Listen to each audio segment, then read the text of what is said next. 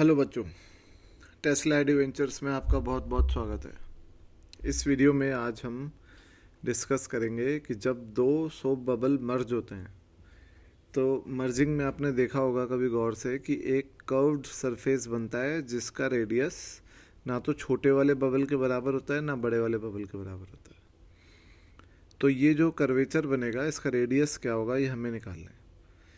और ये कर्वेचर का कॉनकेव साइड किस तरफ होगा और कॉन्वेक्स साइड किस तरफ होगा ये भी हमें डिस्कस करना है। ये ऑब्जेक्टिव में क्वेश्चन आपको मिल सकता है जेई में।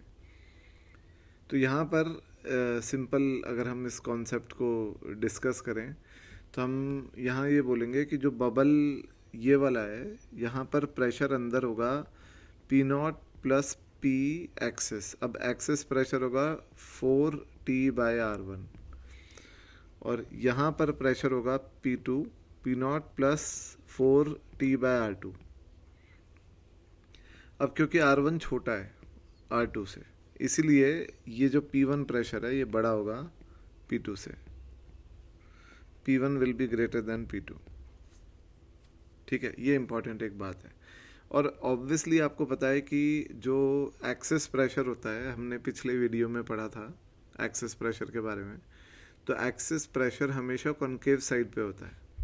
तो किसी भी फ्री सरफेस के कॉनकेव साइड पे प्रेशर ज़्यादा होता है। तो ये सरफेस जैसे फ्री सरफेस है तो इसके कॉनकेव साइड पर यहाँ पर प्रेशर ज़्यादा होगा। और क्योंकि हमने प्रूफ किया है कि P1 P2 से बड़ा है इसलिए इस सरफेस का ये जो जंक्शन है इसका कॉनकेव साइड छोटे वाले बबल की तरफ होगा हमेशा।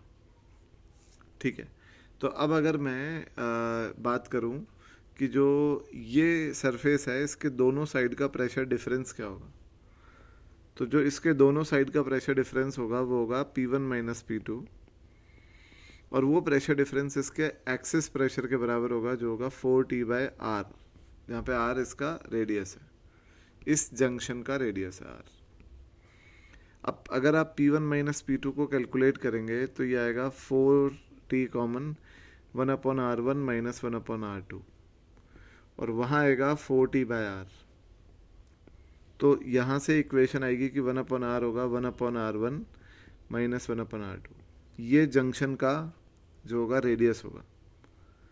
और दूसरी चीज़ अगर कहीं पे ये सवाल भी पूछा जाए कि ये एंगल कितना होगा अगर हम तीनों सरफेसेस पे वो बनाएंगे टेंजेंट्स तो ये जो एंगल होंगे वो कितने होंगे। तो क्योंकि देखिए आप सिंपल सी बात है कि अगर आप एक छोटा सा डीएल एलिमेंट मानते हैं यहाँ पर तो ये जो फोर्स होगी DF, ये फोर्स DF और ये फोर्स DF, ये तीनों फोर्स बराबर होंगे क्योंकि जो मटेरियल है बबल्स का यानी जो लिक्विड से बने हैं वो मटेरियल सेम है और क्योंकि वो सेम मटेरियल है इसीलिए तीनों फोर्सेस बराबर होंगी।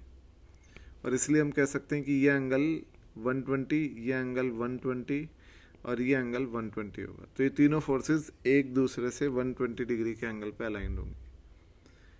ठीक है बच्चों, तो ये है रेडियस ऑफ कॉमन सरफेस जो बड़ा कॉमन क्वेश्चन है, ये आपको मिल जाएगा काफ़ी जगह। नेक्स्ट वीडियो में हम और भी डिफरेंट शेप के बबल्स और ड्रॉप्स के एक्सेस प्रेशर की चर्चा करेंगे। Thank you.